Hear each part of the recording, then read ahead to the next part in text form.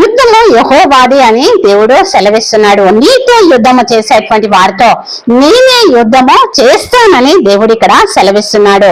అంత మాత్రమే కాకుండా నేను మీతో నివసిస్తాను అని కూడా దేవుడు మనకి సెలవిస్తున్నాడు. మీతో పాటు నేను ఉందునని కూడా దేవుడు ఇక్కడ చెప్తున్నాడు. అంత మాత్రమే కాకుండా దరిద్రులను లేవనెత్తేటువంటి దేవుడై ఉంటున్నాడు. పెంట కుప్పల మీద ఉన్నటువంటి బీదలను కూడా దేవుడు పైకి లేవనెత్తే వాడై ఉంటున్నాడు. కనుక యుద్ధము యెహోవాదై ఉంటుంది. నీ పక్షంగా నా పక్షంగా యుద్ధం చేసేది మన దేవుడై ఉంటున్నాడు, మన ప్రభువు అయి ఉంటున్నాడు, మన రక్షకుడై ఉంటున్నాడు. అంత మాత్రమే కాకుండా మనతో నివసించే దేవుడై ఉంటున్నాడు. దరిద్రులను ఇక్కడ లేవనెత్తేటువంటి దేవుడై ఉంటున్నాడు. పెంట కుప్పల మీద ఉన్నటువంటి బీదలను కూడా పైకి లేవనెత్తే దేవుడై ఉంటున్నాడు. కనుక దేవుని యందు నిరీక్షణ ఉంచి ఈ లోకంలో దేవుణ్ణి ప్రేమిస్తూ జీవిద్దాము కాక. ఆమేన్.